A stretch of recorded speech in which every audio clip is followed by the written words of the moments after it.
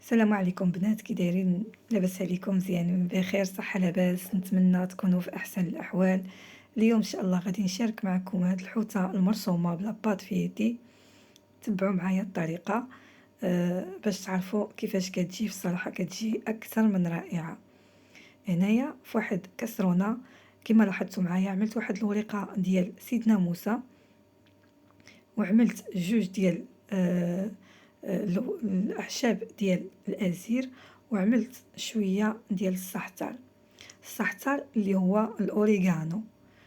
هنايا عندي 250 غرام ديال صدر ديال الدجاج. يمكن لكم تقطعوه، انا خليته غير هيداك. 500 غرام يعني رابعه ديال صدر ديال الدجاج اللي درت له الماء الكافي ورشيشه ديال الملحه. غادي نغطي الكسرونه ونردهم فوق البوطه حتى يتسلقوا مزيان مزيان. وهنايا غادي ندوز للقمرون. هنايا عندي تا هو 250 اللي هي رابعه. درت له جوج عويدات ديال الازير و وراق ديال سيدنا موسى وشويه حتى هو ديال الاوريغانو. درت الماء الكافي ورديتهم من فوق البوطه. من طبيعة الحال الجامبا أو القمرون ما كياخدش معنا الوقت فوق البوطة فحال الصدر ديال الدجاج. صافي رديتهم من فوق البوطة ودوزت العجين ديالي. هاد العجين اعتمدوها كتجي زوينة بزاف بزاف في المملحات. هنايا عندي 500 غرام ديال دقيق الفرص. عملت معلقة صغيرة ديال الملحة ومعلقة صغيرة ديال الخل، وغادي ندير 4 د المعالق صغارين ديال الزيت. نتوما غادي ديروا 2 معالق كبارين ديال الزيت، وغادي نجمع بالماء عادي. بالنسبه للماء خدات لي كاس عنبه ديال الماء. والعجين المورق او لاباط فيوتي ما كنعجنوهاش، غير كنجمعوها. هنا غير غادي نعجنها، عفوا غير غادي نجمعها كما لاحظتوا معايا باش تنجح معكم، ما تعجنوهاش نهائيا. كما وضحت لكم في الفيديو خدات لي كاس عنبه ديال الماء.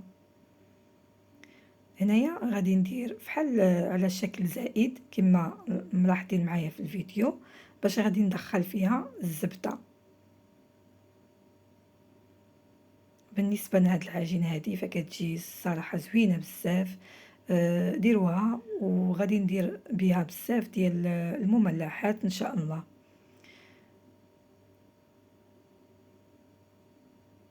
وسهله، ماشي ما كتمحنش بزاف. هنايا عندي كما لاحظتوا معايا في الفيديو الزبده ماشي بارده، عاديه بحراره المطبخ. كما لاحظتوا معايا عندي الزبده ديال التوراق اللي هي بونه 250 غرام.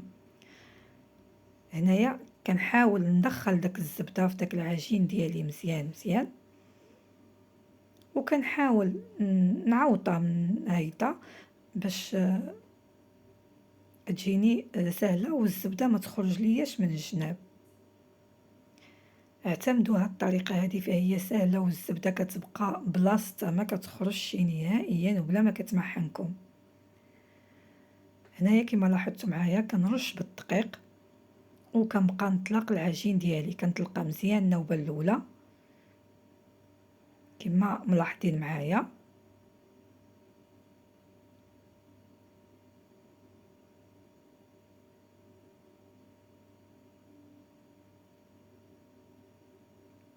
صافي هنايا كنبقى نطلقها مزيان مزيان وغادي نتنيها على جوج، غير على جوج. النوبه الاولى غادي نتنيها على جوج، وفي نفس الوقت غادي نخدمها كما غادي تلاحظوا معايا. ها انا طويتها على جوج.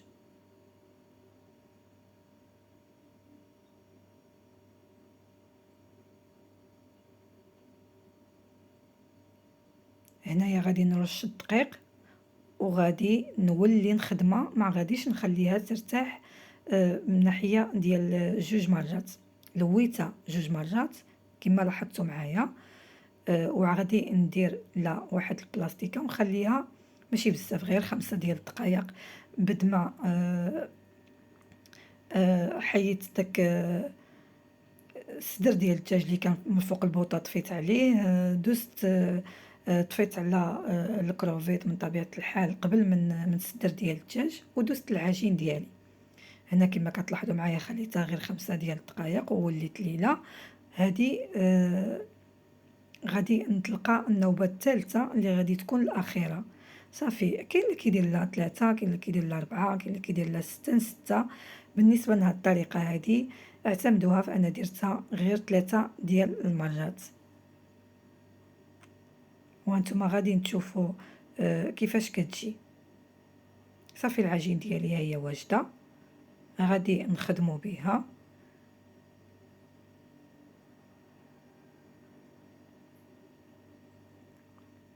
لاحظوا معايا هنايا التوراق كيفاش كيجي ديال العجين، درتها وطويتها غير 3 ديال المرات.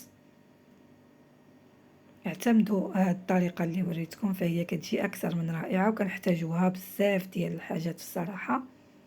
كنديروا بها بيتزات، لي شوسون. غادي نشارك معكم بزاف ان شاء الله ديال المملحات بالعجين المورق الاقتصادي والسهل من طبيعه الحال. صافي، هنايا طرفت داك الدنيا و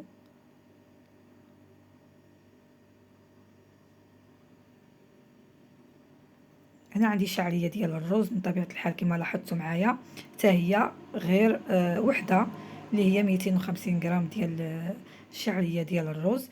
درت عليها داك المرق او الماء ديال القنبه اللي تسلقت فيه داك القنبه بالاعشاب المنسمه، وغادي نغطيها ونخليها على جنب. هنايا غادي ندوزو للحشوه كما لاحظتوا معايا. هنايا القمرون قشرته، والصدر ديال الدجاج كما لاحظتوا معايا درتو على شكل طولي. القمرون خليته صحيح، ما قطعتوش. وبالنسبه للصدر ديال الدجاج قطعته حتى هو على شكل طولي باش يبقى معنا باين في الحشوه. بالنسبه للعطريه زدت شويه ديال معدنوس بوحديته، و3 ديال فصوص ثومه محكوكين، معلقه ديال الكمون، ومعلقه ديال الحمراء فيمي، وشويه ديال الزيت والملحه الكافيه، وغادي نردهم من فوق البوطه 5 ديال الدقائق. هنايا زدت واحد 2 معالق كبار ديال الصوجا، وغادي نردهم من فوق البوطه غير 5 ديال الدقائق، وغادي نزيد عليهم داك الشعريه الصينيه. صافي، وغادي نخلط المكونات كامله، وغادي ندوز نعمرو العجين ديالنا.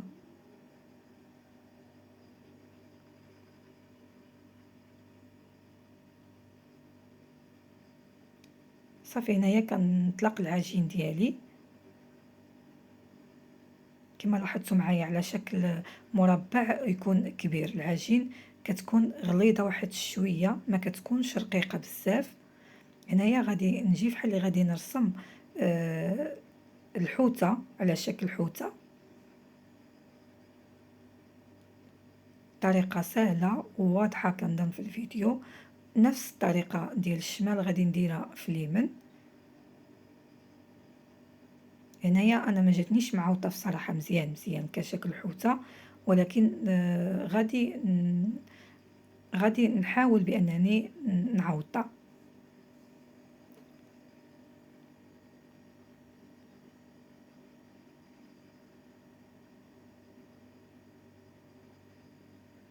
هنايا كنحاول بانني نديرها على حسب اللاطه ديال الفران اللي عندي.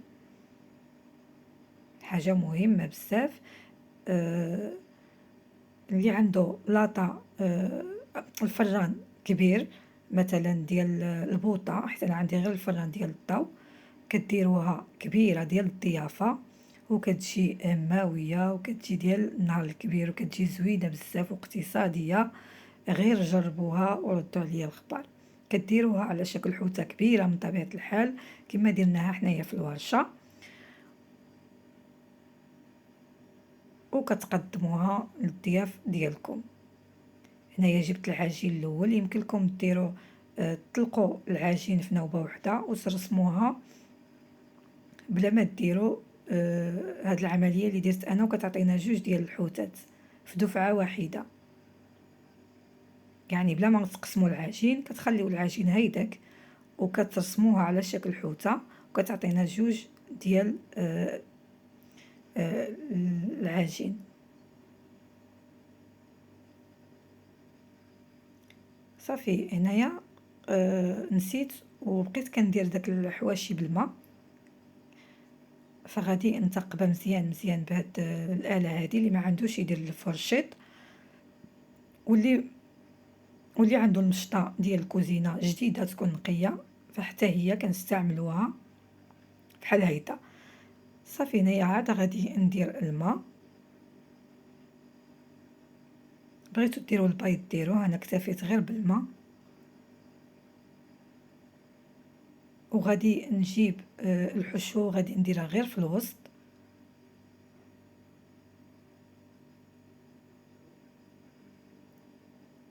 هاد الحشوه هذه في الصراحه كتجي زوينه بزاف.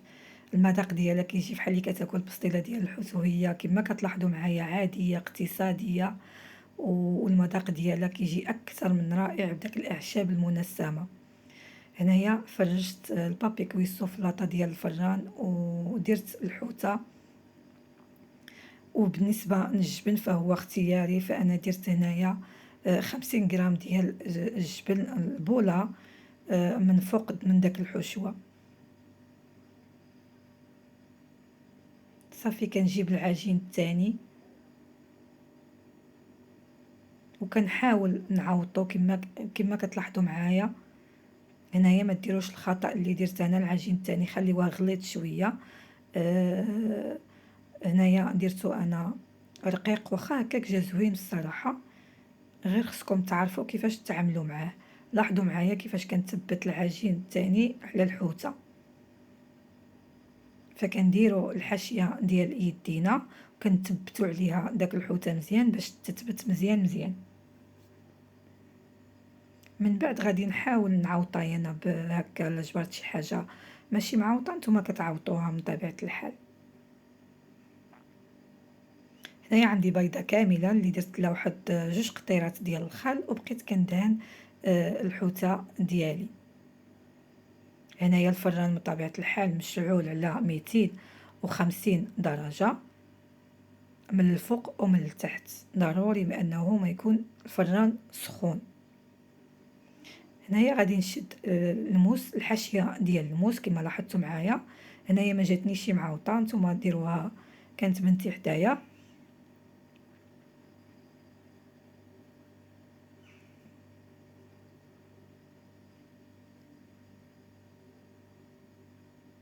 هنايا كما لاحظتوا معايا كتبقاو تشدوا داك الحاشيه ديال الموس وكتبقاو تديروا بحال الشريطات هيدا من الجناب كما لاحظتوا معايا. وزدت كملت على داك البيضه اللي بقات لي. هنايا غادي ندوزو الطريقه المهمه في هذه الحوته هذه. الطريقه هي المهمه. لاحظوا معايا هنايا عندنا واحد المقص، غادي تجيبوا مقص ديال الكوزينه من طبيعه الحال.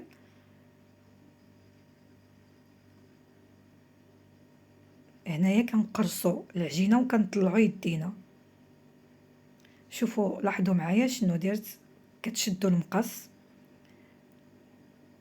كتقرصوا العجينه بحال اللي كتطلعوا يديكم باش كتجينا على شكل حوته.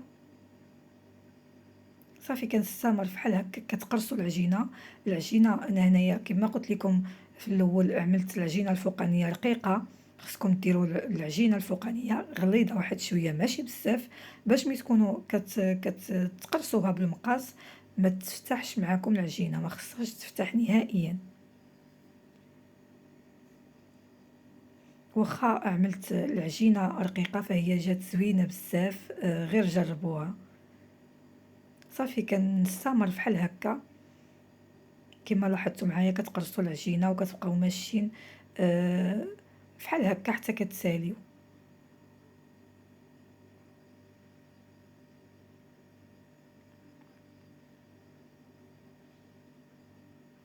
لاحظوا معايا كنقرص العجينه بالمقص وكتطلعوا يديكم. صافي هنايا ساليت. غادي ندير واحد الزيتونه في اللون الاسود باش تعطينا العوينه ديال الحوته، وغادي نكمل داك البيض اللي عندي من فوق من داك الحوته، وغادي ندخلوها للفران. غادي نزينها بالحق بشويه ديال السنجلان كحل وشويه ديال السنجلان بيض كما لاحظتوا معايا.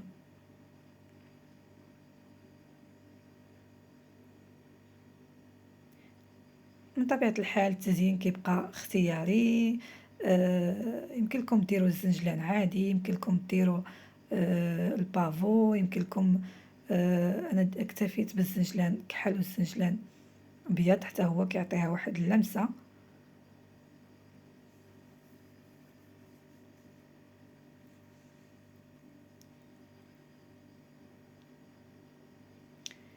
وهنايا كما كتلاحظوا معايا هنايا ما كانش عندي متوفر الخس.